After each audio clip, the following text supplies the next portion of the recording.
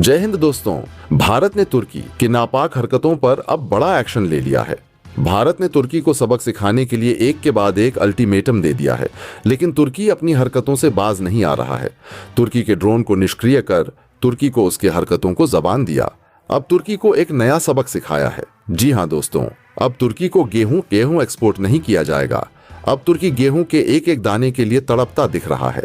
तुर्की इस वक्त गेहूं के लिए तरस रहा है। उसकी जनता को रोटी के लिए लाले पड़े हुए हैं, लेकिन भारत ने साफ साफ कह दिया, हमसे एक दाना भी गेहूं नहीं मिलेगा।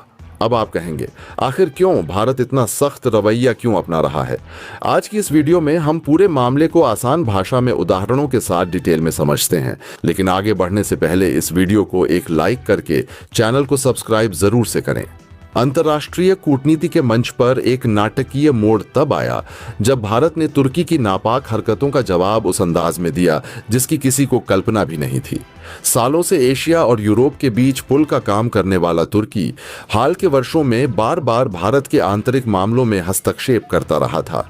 कभी कश्मीर पर बयानबाजी, कभी पाकिस्तान के साथ सामरिक गुटबंदी और कभी संयुक्त राष्ट्र में भारत के खिलाफ मोर्चा खोलना। अंकारा ने हर मंच पर नई नई साजिशें रचीं, लेकिन इस बार दिल्ली ने अपनी रणनीति को शब्दों में नहीं बल्कि नीतिगत प्रहारों में तब्दील कर दिया। भारत ने तुर्की को एक के बाद एक सख्त अल्टीमेटम दिए, अपने रुख में सुधार लाओ, भारत के खिलाफ बयानबाजी बंद करो, आतंकवाद को समर्थन देने वाली नीतियों से पीछे हटो। लेकिन तुर्की अपनी जिद पर अड़ा रहा। वह दक्षिण एशिया की राजनीति में अपने लिए एक बड़ी भूमिका गढ़ना चाहता था और इसके लिए भारत को निशाना बनाना उसका अहम औजार बन चुका था। भारत ने पहले कूटनीतिक स्तर पर जवाब दिया।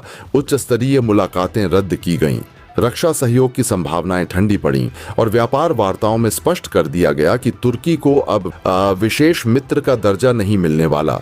मगर असली झटका अभी बाकी था।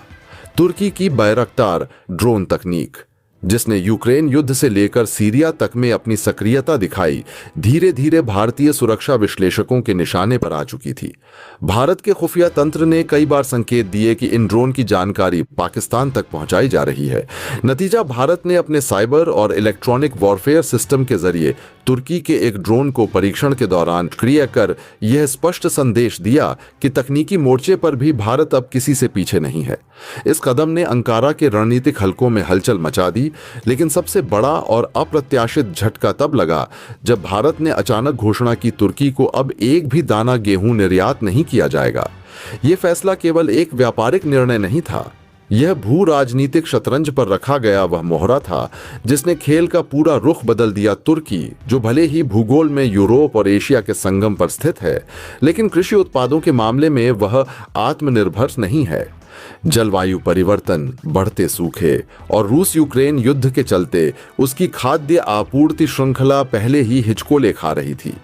भारत, जो दुनिया के सबसे बड़े गेहूं उत्पादकों में से एक है, तुर्की के लिए एक महत्वपूर्ण आपूर्ति स्रोत बन चुका था। अचानक से गेहूं निर्यात बंद होने के फैसले ने अंकारा में हड़कंप मचा दिया।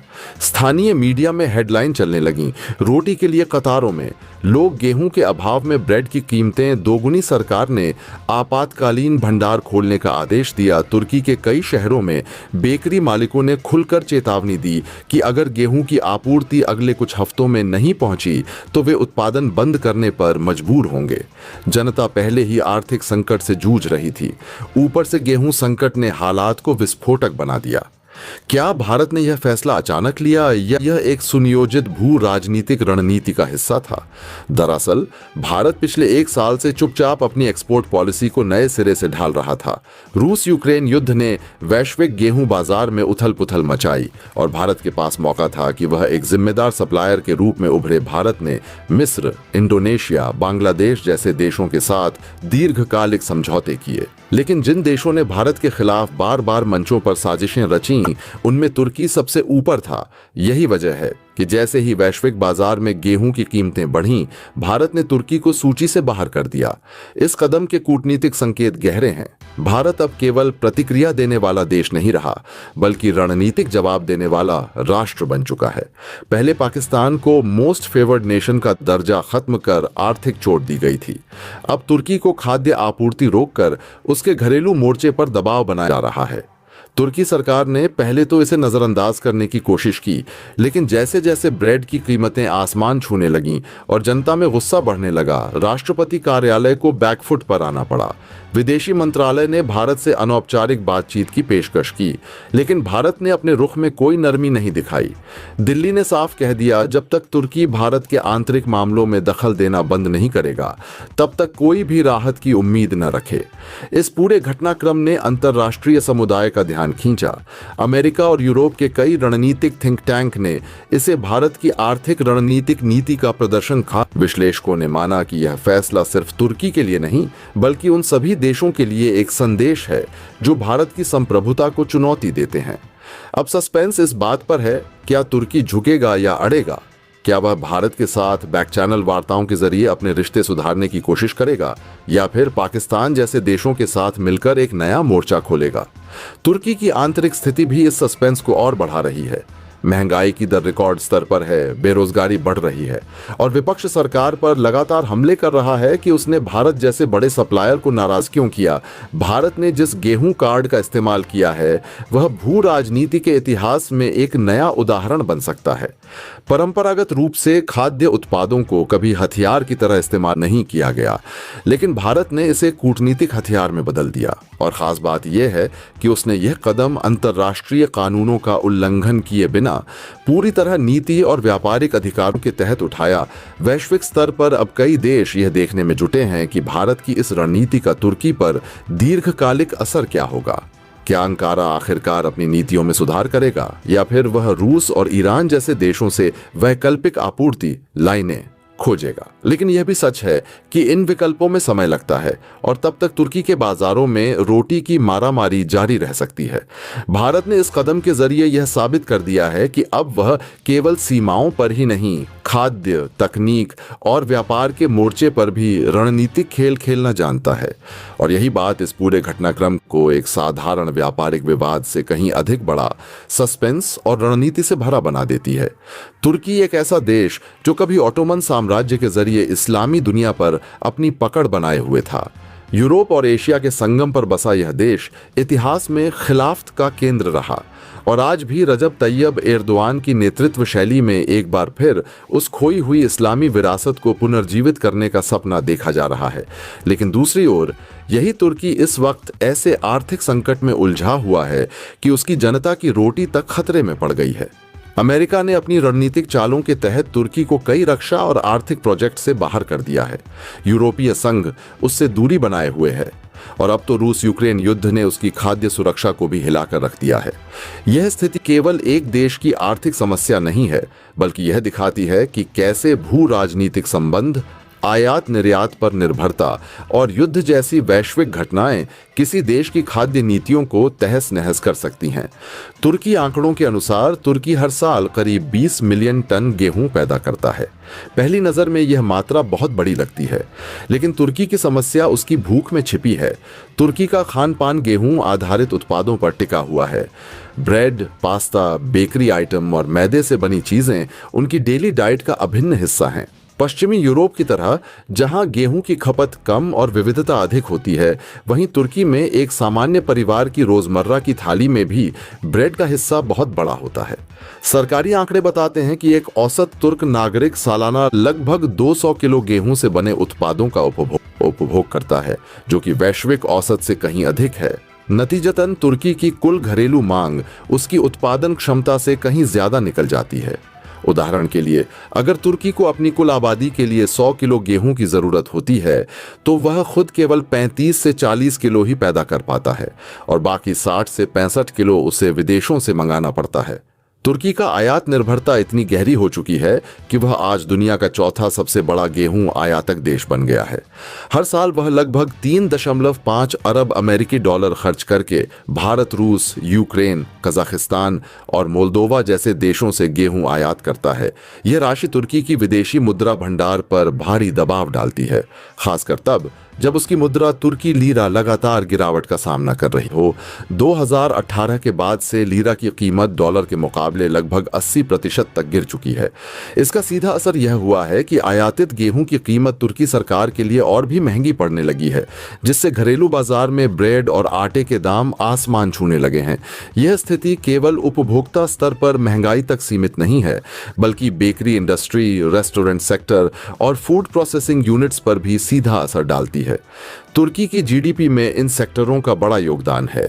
इसलिए गेहूं की कमी केवल रोटी की कमी नहीं, बल्कि एक आर्थिक झटका है। अब इस पहले से कमजोर स्थिति पर रूस यूक्रेन युद्ध ने मानो तेल में आग डाल दी है। दुनिया के कुल गेहूं निर्यात का लगभग 30% केवल रूस और यूक्रेन से आता है। तुर्की की आयात टोकरी में भी इन दोनों देशों का योगदान सबसे ज्यादा है। युद्ध शुरू होते ही काला सागर के रास्ते सप्लाई में अड़चनें आने लगीं। जहाजों की आवाजाही रुक गई। इंश्योरेंस कंपनियों ने माल ढुलाई पर भारी प्रीमियम लगा दिया और कई सप्लायर देशों ने पहले अपनी घरेलू जरूरतों को प्राथमिकता दे दी। जब घर के आंगन में आग लगी हो तो कोई पड़ोसी को रोटी नहीं बांटता। यही हाल रूस और यूक्रेन का हुआ। यूक्रेन की कृषि भूमि पर युद्ध ने सीधा असर डाला। फसलें बर्बाद हुईं, कई खेत बारूदी सुरंगों से भर गए। रूस ने भी पश्चिमी प्रतिबंधों के जवाब में कुछ निर्यात प्रतिबंध लगाए ताकि अपने देश में खाद्य कीमतों पर नियंत्रण रखा जा सके। तुर्की के लिए यह झटका इसलिए भी बड़ा था क्योंकि उसने कभी इस सप्लाई लाइन के लिए वैकल्पिक स्रोत तैयार ही नहीं किए थे। कजाकिस्तान और मोल्दोवा जैसे छोटे सप्लायर देशों की क्षमता सीमित है। अमेरिका, कनाडा या ऑस्ट्रेलिया से गेहूं मंगाना तुर्की के लिए महंगा और भौगोलिक रूप से कठिन सौदा है। नतीजा, तुर्की में गेहूं की किल्लत गहराने लगी और दाम बढ़ने लगे। इस संकट के समानांतर एक और भू राजनीतिक पेंच चल रहा है। तुर्की और अमेरिका के बीच तनाव। नाटो सदस्य होने के बावजूद तुर्की ने रूस से S-400 मिसाइल डिफेंस सिस्टम खरीदा, जिस पर अमेरिका ने कड़ा रुख अपनाया और उसे F-35 स्टील्थ फाइटर प्रोग्राम से बाहर कर दिया। इसके साथ ही कई सैन्य और तकनीकी साझेदारियों पर भी रोक लगा दी गई। अमेरिका का यह कदम सिर्फ रक्षा तक सीमित नहीं रहा। उसने धीरे धीरे तुर्की को कई आर्थिक प्रोजेक्ट से भी किनारे करना शुरू कर दिया। यह रणनीतिक दूरी तुर्की के लिए दोहरी मार साबित हुई। एक ओर उसने रूस पर आर्थिक निर्भरता बढ़ा दी, दूसरी ओर पश्चिम से आर्थिक तकनीकी सहयोग घट गया। गेहूं संकट के समय यही दूरी और गहरी दिखी। अमेरिका और पश्चिमी देश जो खाद्य आपूर्ति में मददगार बन सकते थे, उन्होंने तुर्की की राजनीतिक स्थितियों को देखते हुए प्राथमिकता में उसे पीछे कर दिया। तुर्की की अर्थव्यवस्था पिछले कुछ वर्षों से दबाव में है। लीरा की गिरावट, विदेशी निवेश में कमी, बेरोजगारी और महंगाई ने मिलकर एर्दोआन सरकार के लिए घरेलू मोर्चे पर खतरे की घंटी बजा दी है। 2022 से 2023 में तुर्की की वार्षिक मुद्रास्फीति दर 85% तक पहुंच गई, जो 2 दशकों में सबसे ऊंचा स्तर था। ब्रेड और पास्ता जैसी रोजमर्रा की चीजों के दाम दोगुने से ज्यादा बढ़ गए। सरकार को कई बार सब्सिडी बढ़ानी पड़ी, जिससे राजकोष पर भारी बोझ पड़ा। राजनीतिक रूप से यह संकट इसलिए भी अहम है क्योंकि एर्दोआन सरकार की लोकप्रियता आर्थिक स्थिरता और राष्ट्रवादी नीतियों पर टिकी रही है। यदि जनता को रोटी महंगी पड़ने लगे और महंगाई बेकाबू हो जाए तो विरोध बढ़ना तय है। विपक्ष ने भी इस मुद्दे को भुनाते हुए सरकार पर कुप्रबंधन और रूस पर अंध निर्भरता के आरोप लगाए हैं। एर्दोआन की विदेश नीति में इस्लामी नेतृत्व की झलक हमेशा से दिखती रही है। उन्होंने कई बार मुस्लिम वर्ल्ड में तुर्की की लीडरशिप की छवि पेश करने की कोशिश की, चाहे वह फिलिस्तीन के समर्थन में हो, सीरिया में हस्तक्षेप हो या अरब देशों के खिलाफ स्वतंत्र नीति। लेकिन हकीकत यह है कि आज मुस्लिम वर्ल्ड में कोई भी देश तुर्की को खलीफा मानने को तैयार नहीं है। सऊदी अरब, ईरान और पाकिस्तान जैसे देशों की अपनी अपनी भू राजनीतिक प्राथमिकताएं हैं। ऐसे में तुर्की का भूखमरी संकट उसकी उस छवि पर सीधा प्रहार करता है। जो देश अपनी जनता को सस्ती रोटी न दे पाए, वह मुस्लिम वर्ल्ड का नेतृत्व कैसे कर सकता है? यही कारण है कि आज तुर्की की राजनीतिक महत्वाकांक्षाएं आर्थिक हकीकतों से टकरा रही हैं। वह देश जो कभी इस्लामी दुनिया का नेतृत्व करने का सपना देखता था, आज अपनी जनता को ब्रेड उपलब्ध कराने के लिए संघर्ष कर रहा है। यह सिर्फ कृषि की विफलता नहीं है, बल्कि रणनीतिक असंतुलन की कहानी है। यदि तुर्की ने समय रहते अपनी खाद्य नीति में सुधार नहीं किया, तो आने वाले वर्षों में यह किल्लत सामाजिक असंतोष, राजनीतिक अस्थिरता और आर्थिक संकट को और गहरा कर सकती है। तुर्की ने भारत का दरवाजा खटखटाया, लेकिन भारत ने सीधा कह दिया, माफ करना, लेकिन इस बार तुमको गेहूं नहीं मिलेगा। अब यहीं से कहानी असली मोड़ लेती है दोस्तों। यहाँ सबसे बड़ा सवाल यही है कि जब भारत दुनिया का दूसरा सबसे बड़ा गेहूं उत्पादक देश है तो उसने तुर्की क्यों मना कर दिया। भारत हर साल करोड़ों टन गेहूं पैदा करता है, लेकिन निर्यात यानी एक्सपोर्ट के मामले में भारत टॉप देशों में नहीं आता। क्यों? क्योंकि भारत की पहली प्राथमिकता है अपने देश के लोगों का पेट भरना, अपनी घरेलू कीमतें नियंत्रित रखना। इसी वजह से भारत ने कई बार अपने गेहूं के निर्यात पर रोक लगाई है, लेकिन जैसे ही 2024 में खाड़ी देशों से भारी मांग आई, भारत ने करीब 30 लाख टन गेहूं वहां निर्यात कर दिए और धीरे धीरे भारत अब यूरोप और एशियाई देशों में भी गेहूं सप्लाई करने लगा है, यानी दुनिया के कई देशों को भारत गेहूं दे रहा है। तो फिर सवाल उठता है, तुर्की को ही क्यों मना कर दिया। अब आते हैं उस असली कहानी पर जो साल 2022 से शुरू होती है। उस साल भारत ने तुर्की को करीब 56,000 टन गेहूं की एक बड़ी खेप भेजी थी। सोचिए, यह बहुत बड़ा शिपमेंट था, लेकिन हुआ क्या। तुर्की ने दावा कर दिया कि इस गेहूं में रुबेला वायरस है और उन्होंने न सिर्फ उस खेप को लौटा दिया बल्कि दुनिया भर में शोर मचाना शुरू कर दिया कि भारत का गेहूं खतरनाक है। भारत ने तुरंत अपनी लैब में टेस्ट करवाए और यह साबित हो गया कि तुर्की का आरोप पूरी तरह झूठा था। तो अब सवाल है कि फिर तुर्की ने ऐसा क्यों किया। कारण साफ था, तुर्की दरअसल भारत से गेहूं खरीदना ही नहीं चाहता था। उसने एक चाल चली भारत को बदनाम करने की, ताकि दुनिया भारत का गेहूं खरीदने से डर जाए। लेकिन कहते हैं ना, झूठ चाहे जितनी तेज दौड़, सच एक दिन पकड़ ही लेता है। भारत की सच्चाई सामने आई और तुर्की की चालाकी भी दुनिया ने देख ली।